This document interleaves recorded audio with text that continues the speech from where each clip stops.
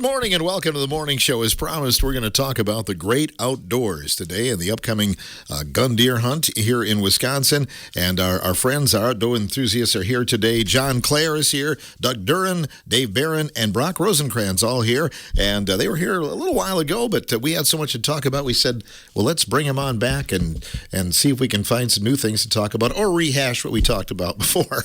Good morning, John. How are you? Good morning. I'm doing great. Wonderful. And you're here just a few days away from the big... Are you getting nervous? Are you getting fired up? I'm getting a little fired up. Usually the gun hunt is a good time to spend time in the woods with family and friends, so we're looking forward to it. What have you heard in terms of numbers this year? There's a bunch of deer out there. Here in Richland County, I got the numbers from the our wildlife manager who couldn't make it today, and this was post-hunt of last year. Last year, after the hunting season was done, Richland County has an estimate of 55 deer per square mile, which equates to about 32,400 total deer in Richland County. So normally, deer density should be somewhere between 20 and 30. After the hunting season, we had 55. So we have plenty of deer. Lots of targets out there. No doubt about it. Last year, I can't recall, but what was the weather like last year for the hunt? I don't remember either last year. I think it was warm. It was pretty warm. Last year, of course, it was a warm year all around, but it looks like this year is going to be more seasonal. I was going to say, it's more, Saturday's forecast anyway is pretty good for opening day, isn't it? Yeah, and light wind, which is great. Okay, good deal. So looking at that, then, anything else you wanted to share in terms of numbers? Or Yeah, and a lot of times here in Richland County, we give out a lot of doe tags, and there's a good reason. Looking at the other numbers from surrounding counties, we have 55 deer per square mile. Sauk County had 43.7, Vernon 53.2, 45.6 in Crawford County, Grant County 29.9. So we are leading the league, as it were, for the number of deer per square mile. There was only two counties higher in the entire state. Those were in the 60s, and that was counties like Waupaca County and Marquette County. They had numbers in the 60s. So in our part of the state, Richland County has the highest deer density. How do they determine that? Is there a turnstile out in the woods or what? Yeah. A lot of people think they go 1, 2. They don't. There's something called the sex age kill model that they use to estimate deer numbers, and it's what they do is they take the number. The sex part is whether you shoot a doe or a buck is harvested. The age is how old they are. Generally, if the population is made up of younger deer, then there's more breeders in the population, and the kill is the number of deer that are killed, and based on the sex, the age, and the kill, they can tell how many deer were there before the season, and then subtracting out the kill, they can tell what the post-season numbers are or estimates are. That makes sense. Doug, do you wanted to add something? I just wanted to say that, well, first of all, it's like John's a biologist or something. Oh, wait a minute. What did you teach? Oh, yeah. I think I taught biology. I think it was PE, wasn't it? Yeah. Right. And that's as good of explanation I've heard of SAK ever. So thanks for that. But the other part of it is that it was post-hunt, so that's pre-fawning. So I don't know what. Maybe John knows. What is that add to the population? Well, 10%? if they add that in, we used to get numbers at our CDAC meetings that were about 64 per square mile. I'm guessing it's at least that after the fawns are born, and generally a doe will have one fawn her first pregnancy, and after that she has twins. Mm-hmm. On our property, we have one that had triplets this year, of course, and that really skews the numbers up. And in southern Wisconsin, about 50% of the 6-month-old does can breed. And so they can breed and produce a fawn sometimes at about a year of age. So their reproductive rate, contrary to popular belief, is pretty good. Yeah, the deer trustee has been on his Facebook page, or the guy who was the deer trustee from the previous governor's administration, 10, 12 years ago, we did that deer trustee report. He's been touting our fawn, the fecundity of the deer in the 4 southwest Wisconsin counties that have CWD, and saying that it works, well, that really tells me that we just have a younger herd. Yeah. And yes, we have our deer have an incredible ability to reproduce. They have all the groceries they want. 80+% of the county is deer habitat. Great opportunities for them to produce. The question becomes, will they get old? Dave Barron? Yeah, one of the things I was thinking about just now is, everybody asks us all the time, why do we give out 4 doe tags? If we take a doe off the landscape, we actually take off 2 to 3 deer off the landscape. So that's why we push hunting does. That's all I had to say about Yeah. that. And it's higher in this county as far as doe tags than other places, right? There's a couple others that have 4, I think, and there's a couple that have 3 doe tags. So, but as John said, our population is larger than almost anywhere in the state. And if we need to cut back on the deer herd, taking does is the way to do it. Mm-hmm. The other thing I learned was I didn't realize this, but I've seen does with twins, and I thought that was kind of a rare thing, but it evidently is not. No, that's fairly normal for an older doe. Mm-hmm. Yeah, and their ability to reproduce is just awesome, which is good. And the number of deer that we have here needs to be controlled. And a lot of hunters think that it's the job of the CDAC and the DNR to provide targets. It's not. It's to control the deer herd. And right now the deer herd is high enough so that we don't have a lot of regeneration of oak trees, which are important and for a lot of wildlife species, including deer, and because the deer love little tiny oak trees. And so we don't get a lot of regeneration there. We need to bring those numbers down for the health of the environment and the health of deer and other wildlife species. And our game managers keep telling us that we need, in order to make an impact, we need to kill about 6,000 does per year, and we're currently killing every year about 3,000. So that has to double in order for us to start to make an impact that'll bring the numbers down where they belong. Indeed. Brock Rosenkrantz is here as well. How's it looking in the woods these days?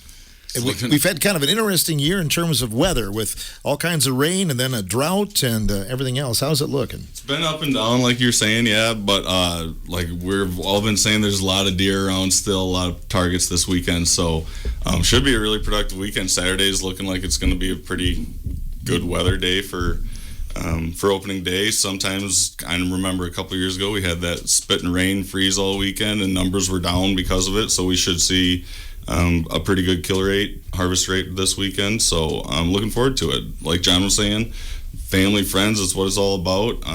That's opening weekends, that is definitely my favorite part of it, coming back to the farmhouse that night and seeing everybody and having a couple drinks.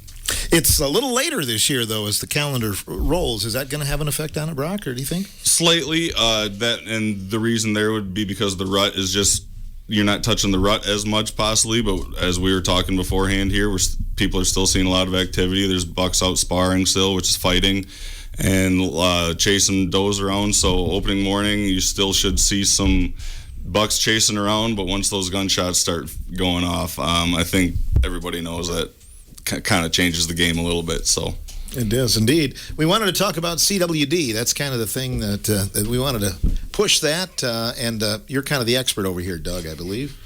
I don't know if I'm an expert so much, but I certainly have paid attention to it a lot for the last 20 years. I just wanted to follow up on one other comment, and that is, since the change in the seasons is in 2011, 2012, so really a decade, in this season, what I say is that's when Wisconsin quit trying to manage deer and CWD, especially in southwest Wisconsin. The tools were taken away from the Department of Natural Resources, and hunters like earn a buck, extended gun seasons, the things where we really make an impact on the herd. That changed then, and so it's really only been a decade since we've seen the changes that we're seeing now. Prior to that, certainly herd was being controlled and the disease was being controlled. But since that time, we could give out, as some of our CDAC members have said, we could drop doe tags from a helicopter and people still are only going to shoot so many. More or less, we kill 3,000 bucks and 3,000 does in Richland County every year. Some areas we kill more. We shot 47 deer on our farm last year, 40 the year before that. We kill a lot of deer, and we still have a lot of deer, and we still see a lot of deer. But because there isn't a comprehensive management program that goes across the county or across southwest Wisconsin, we really don't have a handle on either the population or the control. And as long as we're using really only hunters and hunting to control that population, I think in the last 10 years we've proven that we're not going to do it. So what's happened, two things can be true at once, and this is important, I think, for people to understand.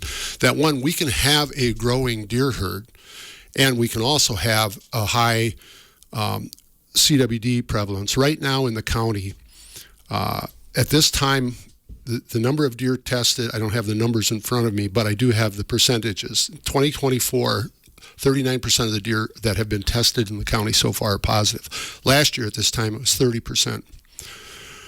And if the trend continues, that's probably where we'll end up again this year, is somewhere in the 35 to 40% of the deer tested being positive.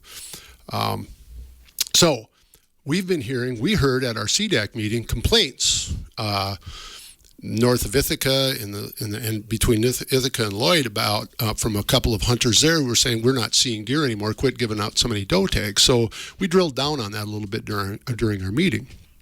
And so I asked, well, are you guys shooting a lot of does? And they said, no, we haven't shot a doe in a couple of years. So I couldn't understand how, on one hand, and this person said they were representing not just themselves but other neighbors, how on one hand can you not be shooting does and on the other hand not having an increase in deer? And when I pressed him on that, he says, well, maybe CWD has something to do with it. Well, that's probably the case. I mean, the anecdotal evidence would tell us that. So if you have a high population, think about it like a forest fire with high fuel. You've got a very thick woods with a lot of, a lot of fuel in it. That fire burns through there very quickly and very hot. And that's what I think we're seeing here in southern Richland County, especially in pockets where you're seeing fewer and fewer deer. There were a lot of deer there, and now there aren't, and that's kind of what happened. What we're trying to do where I'm at, in the northern part of the county, is kind of hold that fire back as much as we can. Last year on our farm, 30% of the deer tested positive of the 47 that we killed, and it was across all of the age classes. But I think it's numbers that I'd like to get across to people is in 2020, 19.5% of the deer tested positive. 2021, 21%. 2022, 27%. 2023, 30%. So far in 2024, we're almost at 40%. So we have a fire that's got a lot of fuel and it's burning.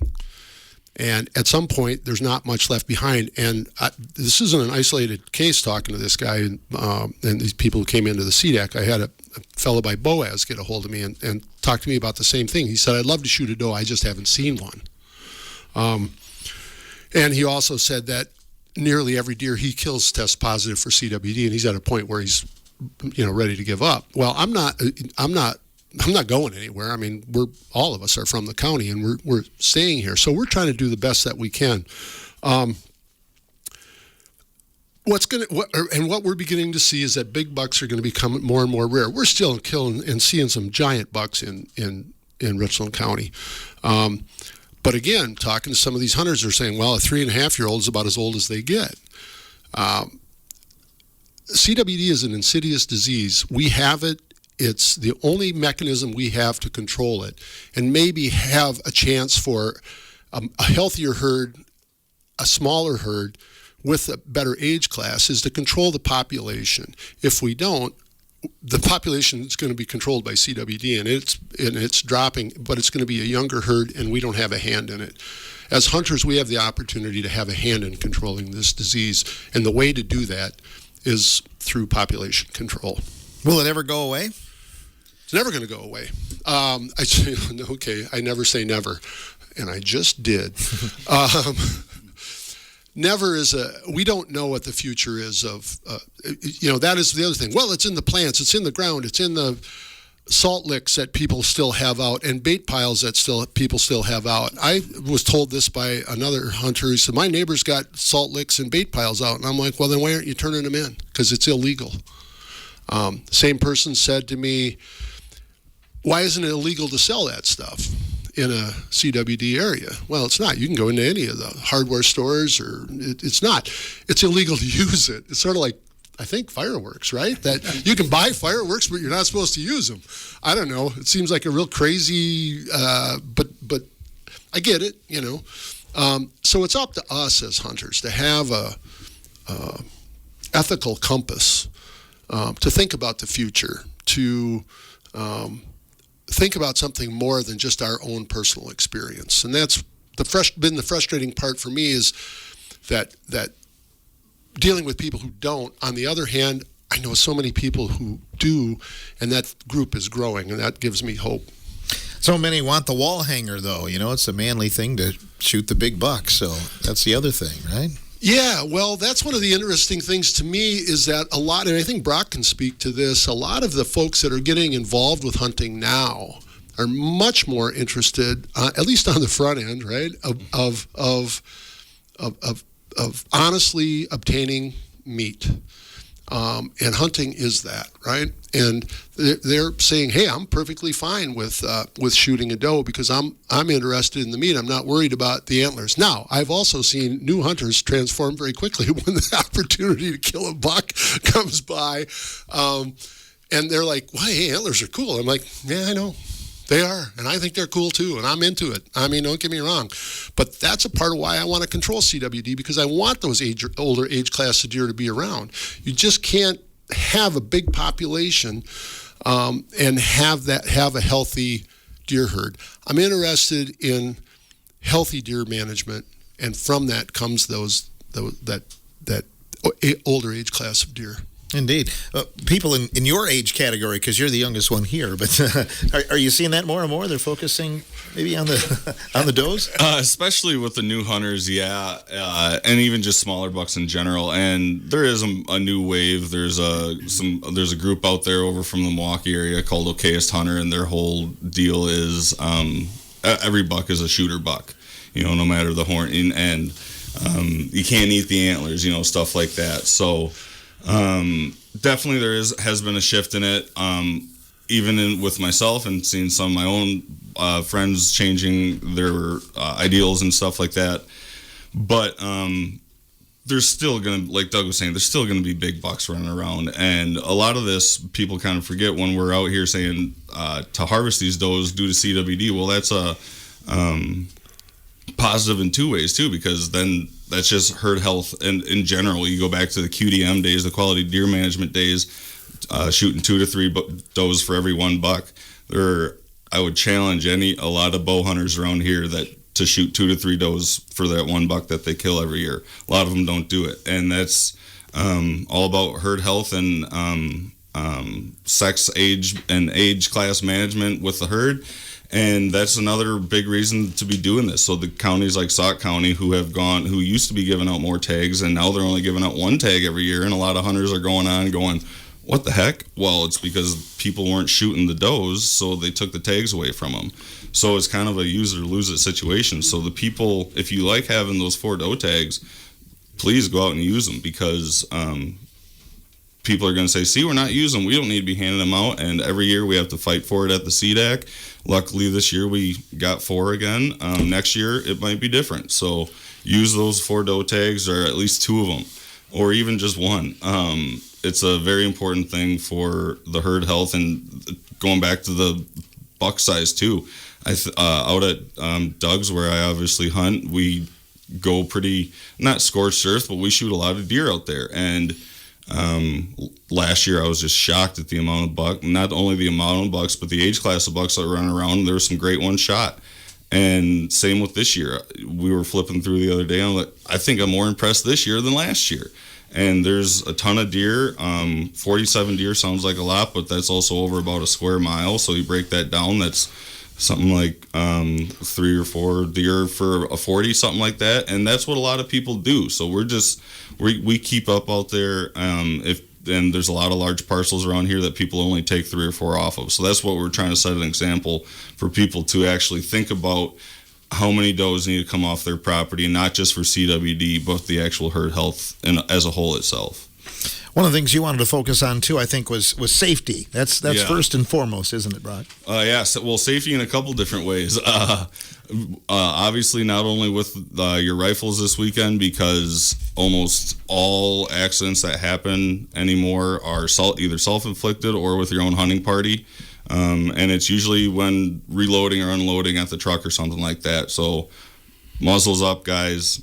Fingers off the trigger, always remember that. But then when it comes to CWD and carcass disposal and safe handling, good idea to be always recommended to be wearing long gloves up to your shoulders, like the breeder sleeves, and then a rubber glove over that, just to give you some more traction when you're gutting. But then when you're disposing of the deer, please take them to the CWD dumpster sites. And if you're going to use one of the sites, there's donation boxes. Even if you give $1, there's a lot of room for deer in there. We probably fit a few hundred deer in there. It costs $500 for each dumpster.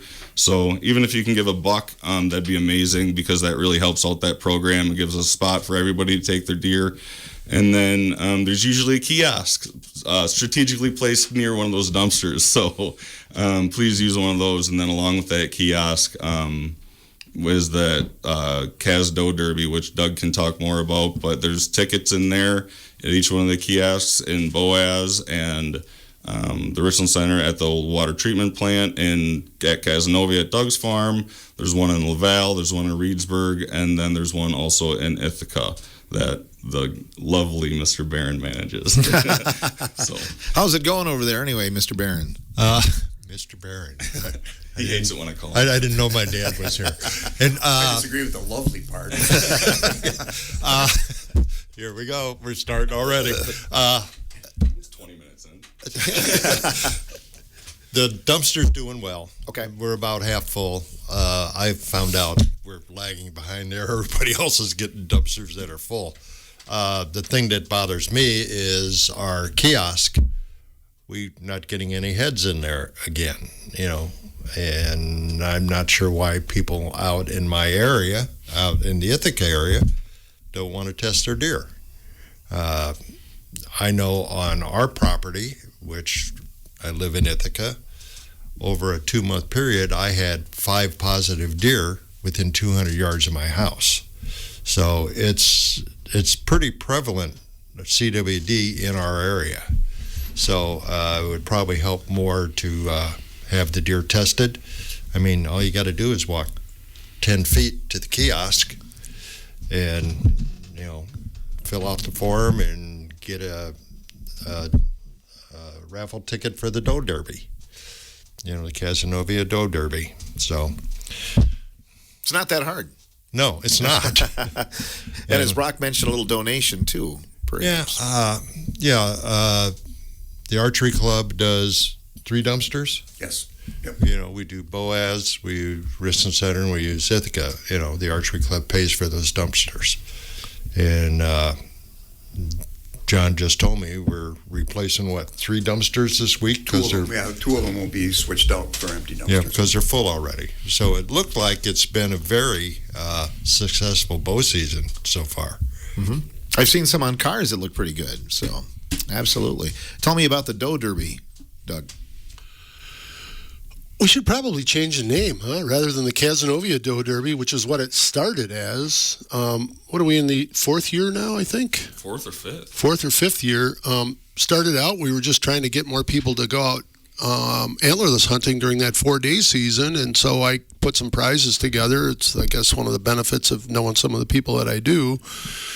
And that went over really well, but it was like, wow, we'd really make that big of an impact in terms of numbers, so we expanded it. And now, Matter of fact, in our last time we were on the radio was when we decided to do that. that's right. Yeah, it's funny. What great idea will we come up with today? Yeah, you guys brainstorm during the commercial breaks, don't you? Right, yeah, during the commercial breaks. But yeah, so now it's expanded, right? So we've got 4 locations in Richland County and 2 in Sauk County where you can get your deer tested. It's simple. Your antlerless deer, you can get all of your deer tested there, but your antlerless deer then qualifies you for 2 tickets to the Richland County Doe Derby. But I guess it's the Richland Sauk. I don't know. We'll have to come up with a new name for next year.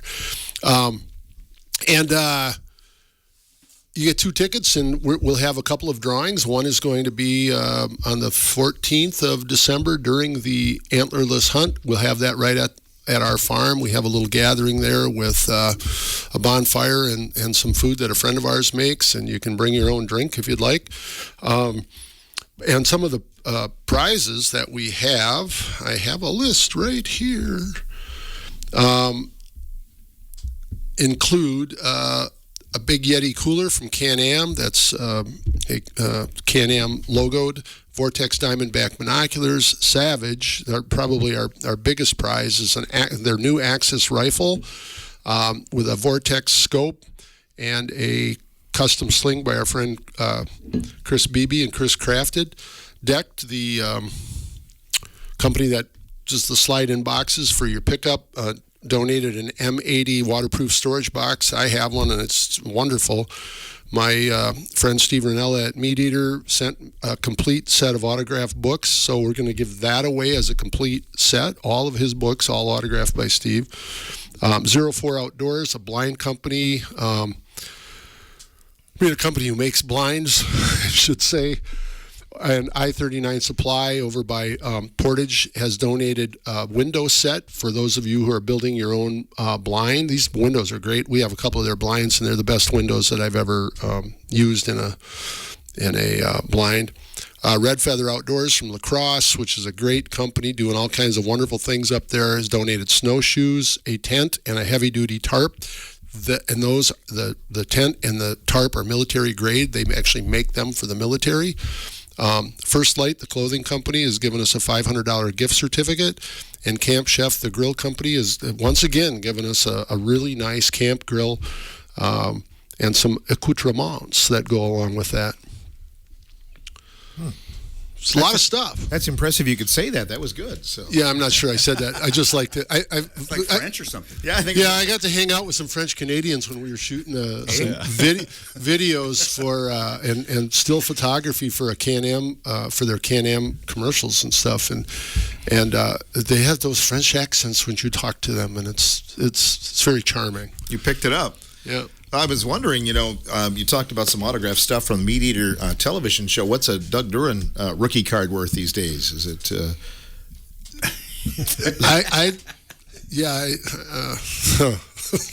Oh my gosh, Phil, you've baffled me, stumped me. It's the first time in the history of the program you've been silent. I think it's speechless, which is good. You on a hot seat for a change. We'll be back with more on the morning shows. We talk about the great outdoors with our buddies here today on WRCO.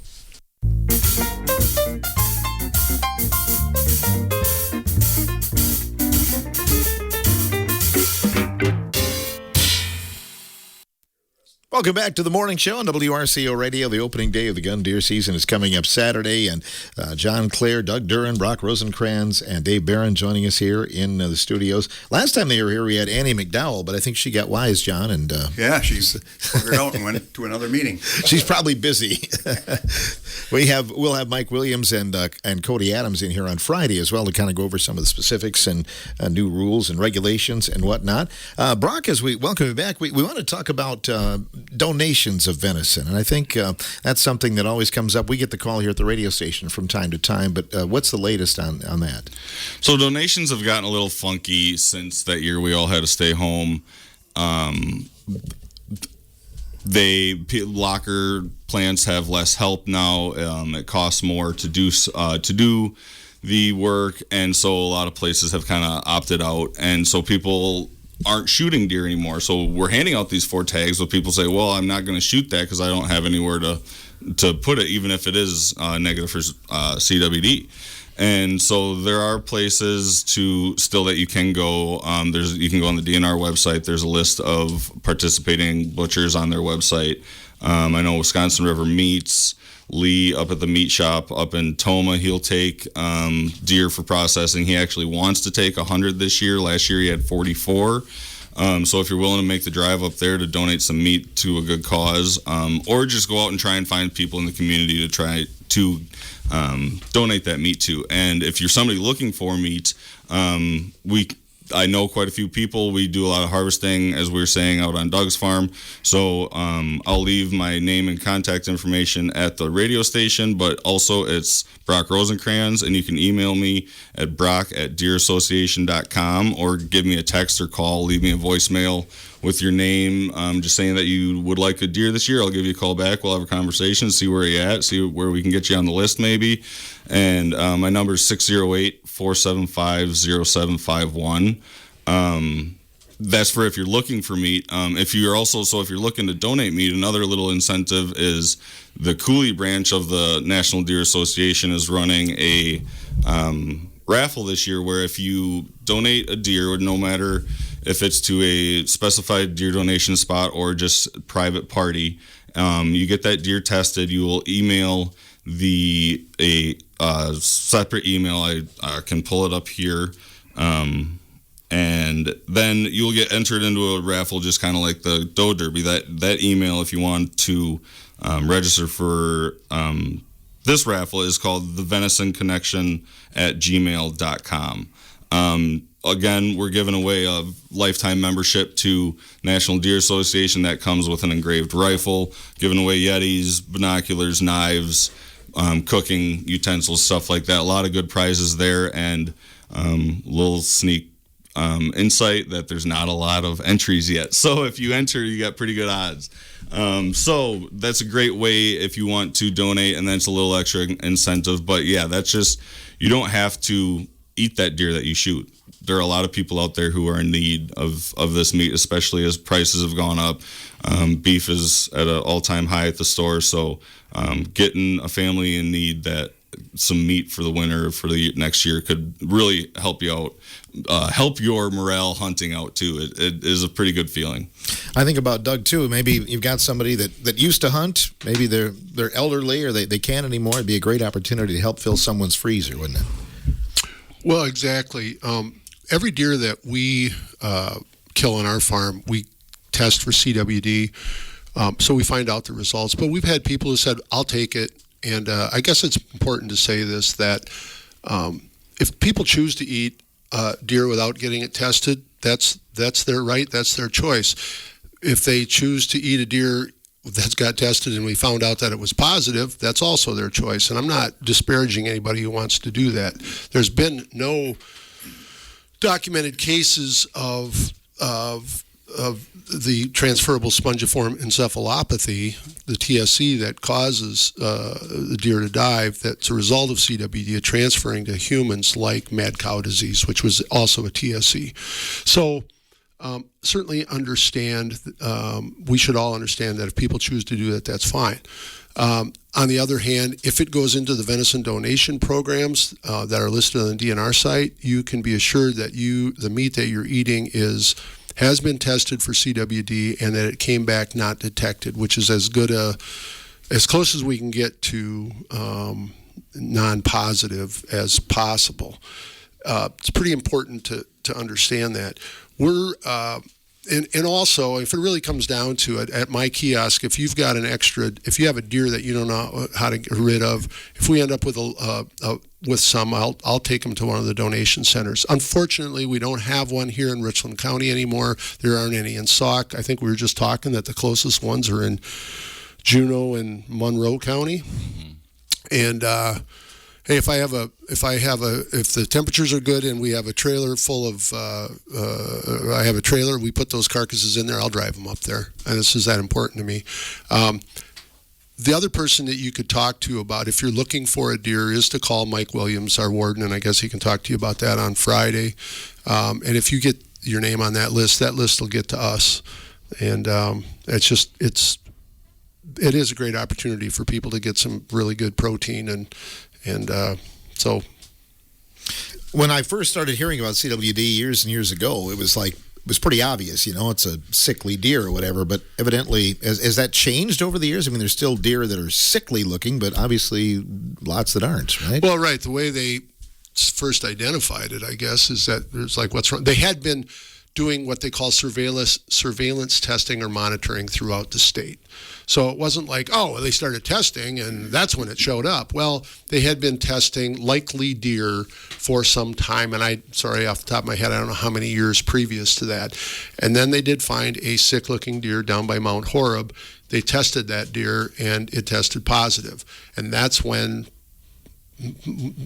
actions really started happening. I remember going out opening or that early season when we were able to hunt then, and we didn't know whether we should even touch the deer or not. It's sort of like, I hate to use the analogy of COVID, but when COVID first started, we didn't, it's like you weren't supposed to touch anything. You weren't supposed, and the more we've learned, the more we've understood, right? I mean, that's the thing about science, is that the more data we have, the better we can assess the situation and take appropriate actions. Actually, the vast majority of deer that have CWD aren't going to show the signs, show physical signs that last 6 to 8 weeks of the disease. Understand that from the time that deer contracts the disease to the time it dies, and it's always fatal, it's a 2-year period. It's really the only last 6 to 8 weeks where it begins to show the signs. And some of those first signs it's just not as bright as it used to be. It's not as wary as it used to be. We killed one of our hunters killed a 5-year-old buck a couple of years ago, and that deer was dumb as a box of rocks. And I'm not disparaging the hunter. Sorry, Chip. But I pulled into the where that deer was and saw it and drove within 20 yards of it and just stood there and looked at me. He killed it a few days later. I got out and took pictures, videos, and everything of it. It was just unaware. Well, a buck doesn't get to be 5 years old and be that stupid. And so that's one of the first signs. And then over time, and these deer show up on my trail cameras, and they show up in the dumpster they just look sick.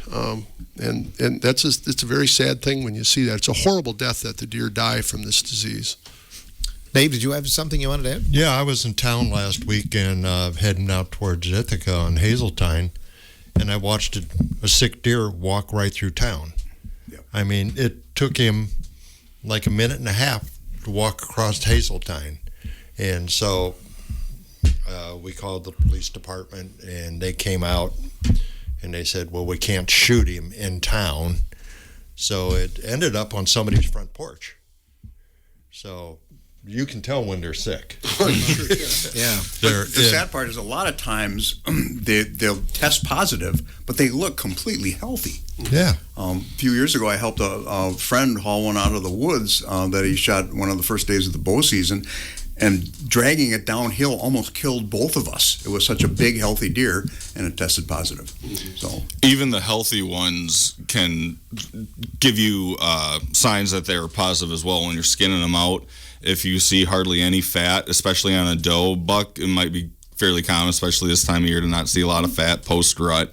But if you shoot a doe, especially a larger sized one, and she's absent of fat, pretty good sign that those were the first stages that she was about to first signs that she was about to be showing stages CWD, and that she'll come back positive. And that's also why it's really important to just be observant of the deer before you shoot it. I shot a doe last year, opening day, that before I harvested her, I could see her ribs. Afterwards, before I gutted her, after I gutted her, got her back to the farm, everything, you would have never known anything was wrong with her. But since I noticed right beforehand, I was like, this one, let's keep this one aside. Probably going to be a little iffy. She came back positive, of course. Same thing with my buck that I shot last year. Once we got up to it, I was kind of looking at it. Spine looked a little thin, little extra thin than post-rut. Kept him to the side. Of course, he came back positive. So always just kind of, even if you're like, oh, no, that one's healthy, or oh, he's just a little thin from the rut, just keep those things in mind, because those are very good indicators that deer may be positive for chronic wasting disease. Do does pass it on to their fawns too? Absolutely. So since CWD is passed through saliva, mainly, once the doe has their fawn, what's she going to do with it? She's going to clean it up.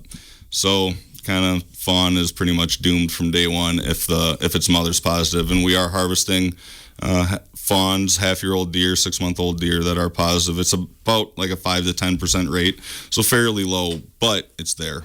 Dave? Yeah, we're pushing everybody to get their deer tested, and one of the complaints we heard is it takes so long to get your test back. Well, the state has got more testing facilities now, and it takes what? 7 to 8 days. 7 to 8 days to get your result back. So, you don't have an excuse. I don't have to keep this deer hanging for a month. So, Yeah, I have. I'm quick to complain about the DNR if it's warranted, but in this case, it's not. I hear a lot of those complaints too. Why does it take so long? Well, I know other states where it takes weeks and even months to get the results back. Wisconsin DNR and the UW testing lab do a great job of getting results back. What hunters do need to understand is that, especially early in this season, if you drop it in a kiosk around here, those deer only get picked up once a week. So if you put it in there on Wednesday, it doesn't get picked up again until the following Tuesday, and then it goes to the lab, and then by the time it gets in the queue, it might take a couple of weeks. And that's just the way it is. A little patience goes a long ways, and I know it's a drag to try to, what do I do with this deer in the meantime? I would suggest that you break it down as much as you can. If you've got a walk-in cooler or know somebody who does, and you start asking around, you might be surprised at how many of your neighbors got one of those things. But you can break it down into the bigger muscle groups, and either freeze it or let it hang, or however you want to do that, and wait to find out. I know it's really a drag if you pay somebody like the Richland Locker to process it for you, and then you find out that it's positive, and you've just put that money away, or you just spent that money, and if you're going to throw it away, you might hesitate to do that. Entirely up to you. I think if you're making that kind of decision to have a deer processed, think about the ramifications of that. As my dad used to say, what'd you think was going to happen? I learned a lot from that, and I'm only beginning to realize that now. When he said that, That's an indicator of how many stupid things you did when you Yes. Well, I did learn those lessons. The other thing I wanted to say about CWD is that understand once that deer contracts that disease, at a point pretty quickly thereafter, it's now casting off the prions and can infect other deer. So it doesn't have to be in those last stages to be sharing that disease with other deer. So during that 2-year period of time, it's casting off those prions. As Brock said, the most direct way that deer contract CWD is the nose-to-nose and saliva contact. People are like, "Oh, it's in the ground now, and it's in the plants and all of that," and we don't know how big of a load it takes for them to get it. There's so much that's not known, but we do know that the indications are that nose-to-nose contact only makes sense, right? You can think about 100 scenarios where this goes on, where close contact with any other being, if it's sick, you're most likely to get it if it's a contagious disease. And then the other thing that I hear from folks about CWD is, well, you're wasting good protein if that deer looks healthy. Well, you're not. And here's why. One, you just saved that deer from a miserable death, especially if you've killed it quickly and ethically. CWD is a miserable death. Like everything, that deer doesn't necessarily die of the disease. They die because their heart stopped, or that they have pneumonia. It's all of those. It's the disease that causes them to get these other things. So you've saved it from a miserable death. You've removed that prion casting, that infectious animal from the landscape. And if you've disposed of it properly, you've removed that carcass as well.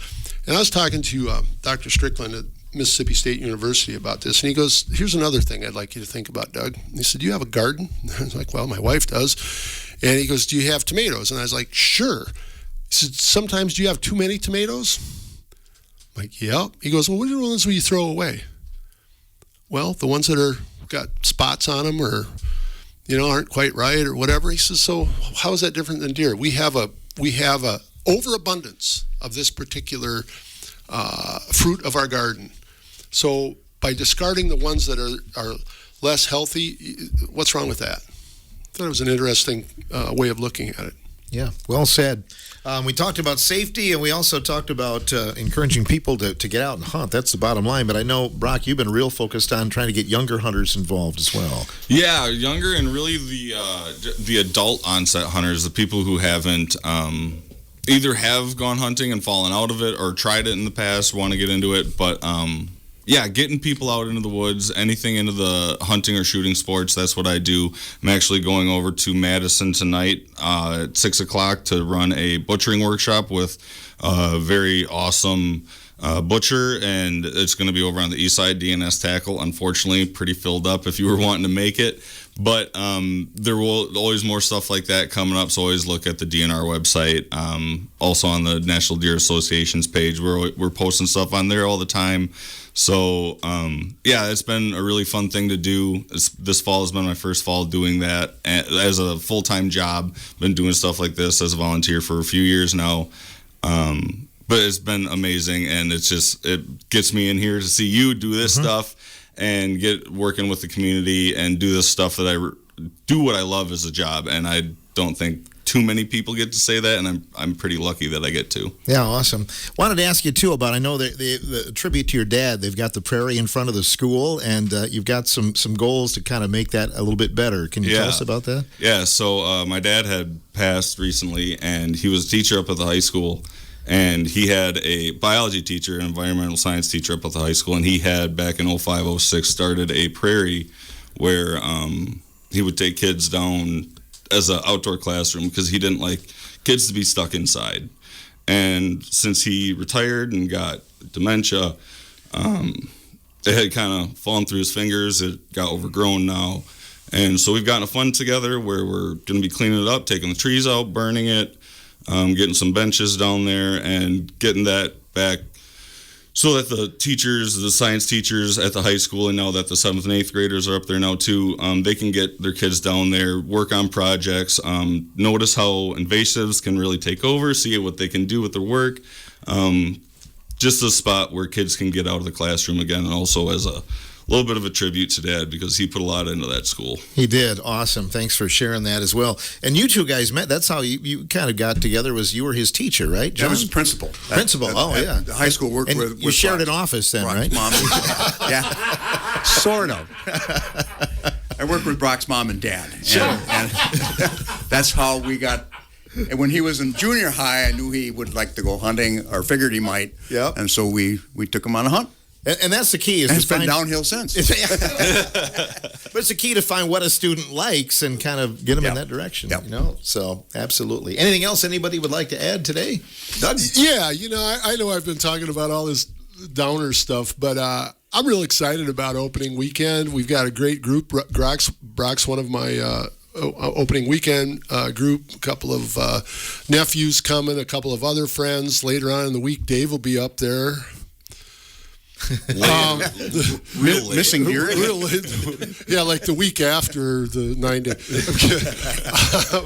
No, Dave has also been really a big part of our group, our Sharing the Land group, and he's going to come up after we get through opening weekend. I'm taking a guy who made a big donation to a bid on the Meat Eater Auction House of Oddities for a land access initiative, and his prize was to get the hunt with me opening weekend. And gee, I sure hope it was worth it. But anyway, it's really important. I mean, deer hunting is still fun, and it's a lot of fun. You should get out there and enjoy it with your friends and family and Dave. So I guess that's the message I'd like to leave you with. Sounds good. Thanks, guys, for coming in. Here's to a safe hunt. Yep, good luck, everyone. Make safe. Make some new memories this year. John Clare, along with Doug Duran, Brock Rosencrans, and Dave Behrens talking. And again, we'll be back with Mike and Cody, the wardens from the area, coming up on Friday to talk more about the upcoming gun deer season.